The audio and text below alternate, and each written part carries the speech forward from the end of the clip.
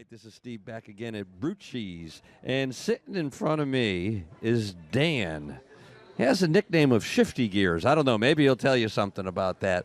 But Dan, tell us how coming to a venue like Brucci's or any other place you play, what it does for you in your own well-being. What does it do for Dan as a person?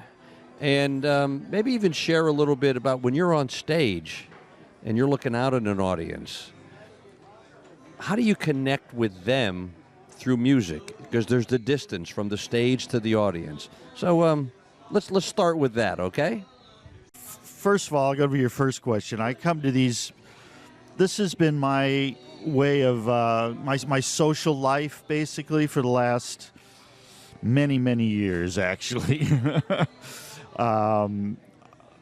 It's the one way that I know I can go almost any place in the country, find an open mic, and meet people. And I moved here just almost exactly 2 years ago from Colorado. And I know so many people here now, but it's all just from meeting people at the open mics.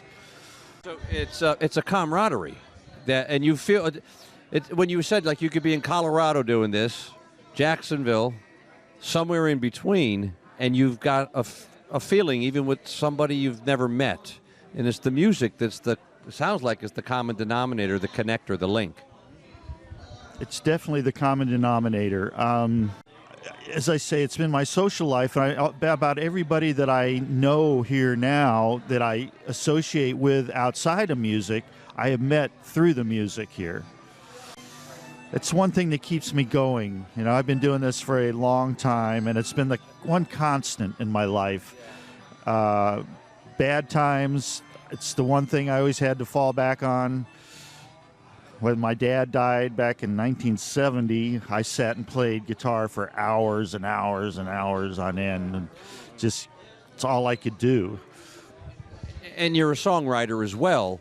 As a guitar player, does the songwriting help you?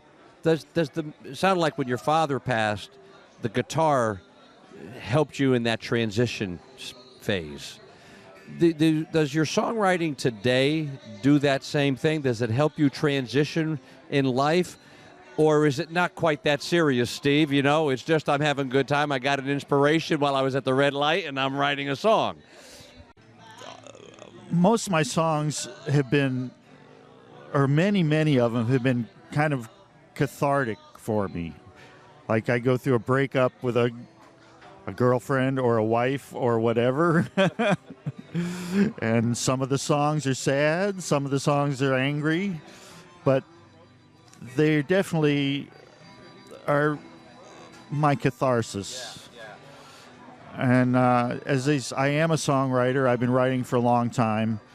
As a matter of fact, I won a songwriting contest just yesterday. Really? Congratulations. So that was kind of exciting for me. And one of the songs I played was a song about my dad, which maybe I'll play that tonight.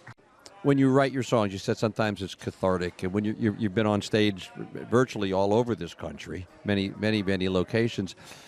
Can you think of one moment in your music life that when you think of it, you say, wow, that is something that'll stay with me forever. That really made a difference to me. There have been so many times, great times I've had playing music. I'm not sure that I can point to one specific one. Yesterday was a very enjoyable day for me. Yeah, when you won. Yes. All right, there is one more question. If music is a color, what color is it to Dan? Well, I'm not a blues player, but I guess still some of the feelings and sentiments that come through my songs are a lot of the same feelings that are in blues. So I guess blue would probably be my choice.